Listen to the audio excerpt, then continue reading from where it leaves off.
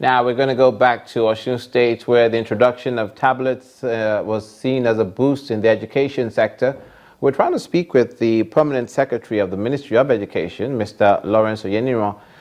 If we can get him on the phone again now, he's going to be telling us how far along they're going in making that work for the students. Mr. Oyeniro, are you there now? Yes, I'm there. Thank you so much for joining us. How have the students accepted the use of the tablets? Again? How have the students accepted the use of the tablets for learning? Oh, the students accepted it well. They are happy to have it, and they started work on it almost immediately. And as a learning tool, it's not rocket science, really. It's just basically using the different features and the different applications for learning. Do all the students have tablets? Has it gone round all the students in that class? Our arrangement is to ensure that it goes around all the students. We have enough Opon Imo, that is the tablet of knowledge, that will go around all our students. Our technical officers are on the field, as I'm talking to you, distributing to other students in other zones of the state. Isn't it important, Mr. Oyeniro, that all the students get the tablets at roughly the same time so that you can gauge the success of it? Because my next question is, has it affected the improvement of their results? Our effort to ensure that they get it at the same time. That's why we have deployed our technical officers, doing this distribution simultaneously. Have you begun to see an impact on the way they're learning already for those that have it? We have started to see this in the performance of our students. And for a thing like this, the impact definitely will be gradual, and we tend to see more of this in the coming years. Tell us about the plans for the second phase. What areas are being targeted by the state government? Again? You're in the second phase of the distribution of the tablets now. What areas are going to be focused on for now? You mean with the distribution? Yes. No, all the areas. We have 3 territorial districts in the state of Osun, 6 zones. We are covering all the zones, all the territorial districts where we have our schools located. Now, they're not going to replace the textbooks, are they? Because I know you can electronically download the textbooks and have them on the tablets. So are they just going to assist with the learning of the students when they're searching and doing other things? I can't quite get your question. I said that they're not going to replace the textbooks, are they? The tablets are not replacing textbooks. Yeah. It's a question. What I mean is, okay, they're not going to replace the textbook. So it's an additional, it's going to complement what you already have that the students are using. Essentially, what we have done is that for the 17 disciplines that we have under the WAS SSC examination, all the relevant textbooks are provided in the textbook page. And we have questions, relevant past questions of 10 years standing, duly deployed into it. And aside from that, we have series of texts that they could read, and even notes, relevant notes in each subject. All these are contained therein. But this definitely will not foreclose for any student who intend to add or do additional work from their textbooks. Sounds great. Sir, you are the Permanent Secretary of the Ministry of Education in Osun State, and we have been reporting a story about one of the schools in Osun State that I'm going to ask whether they're going to be getting the tablets. Is the School for Science and Technical Studies, where they have downed tools at the moment. The teachers, that is, complaining about welfare in the school. Do you know anything about that?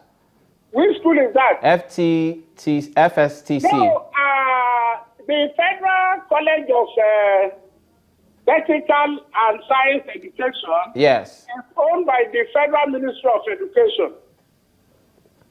Okay. It is not under the state of Osun. Okay, so this is specifically directed at state schools under Osun State. Oh, definitely. Not federal schools. They are meant for all public schools within the purview of the state of Osun.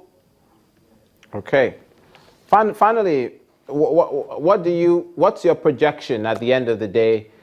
The use of these tablets, how they'll be maintained, and possibly spread amongst all the other students all the other years, all the other classes of students in the schools. What's your final projection? Thank you very much. Our original intention, by the time we complete it, is to get this tablet of knowledge extended to our grade 10,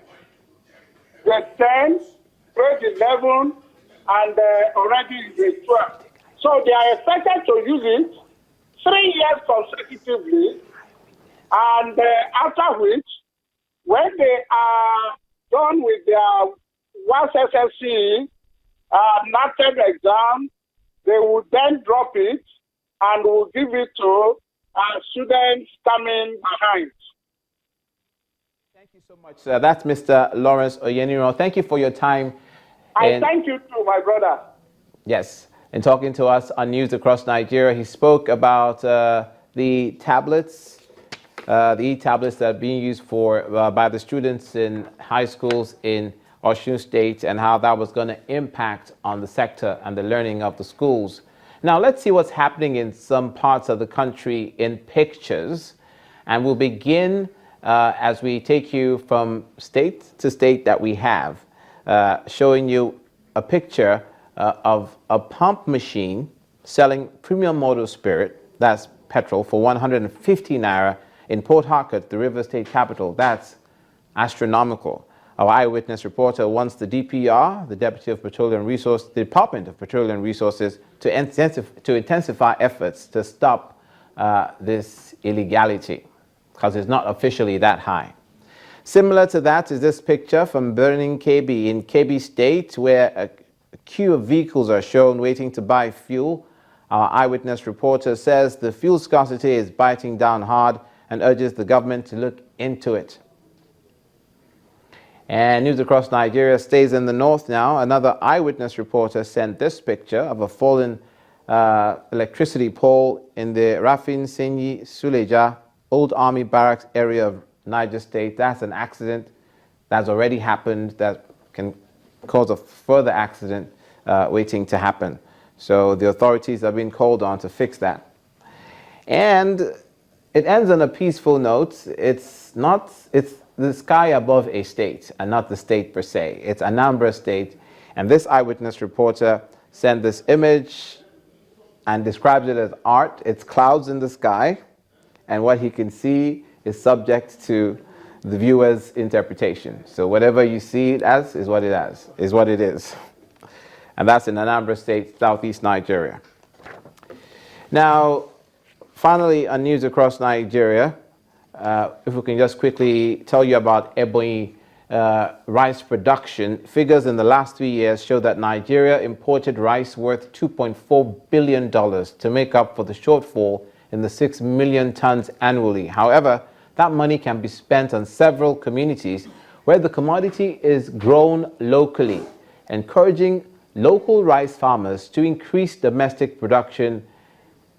In this report, our correspondent Chris Ellems went to Ebonyi State to tell us what's happening with the cultivation of Abakaliki rice. One reason Abakaliki remained on the lips of Nigerians for a long time, it's its dominance in rice production. In no distance past, the Abakaliki brand of rice graced our dining tables, but with the influx of foreign brands, local production took a nosedive and has yet to recover. Rice is grown in most parts of the state, but the Iko people, one of the three prominent clans in Abakaliki, are believed to be in the forefront of its cultivation. The major attraction or the major handwork of these people is farming and rice farming. They're the highest producer of rice in Ebonyi, and they have over the years, if you want to have an Ebonyi rice, what we call Ebonyi rice with its attraction, its aroma, you get it from Iko. The Ikos, who are one of the descendants of Ekumeyi, believed to have hailed from Afikpo, are found in Ebonyi Central Senatorial District, and the swampy nature of their land gives them an edge in rice cultivation.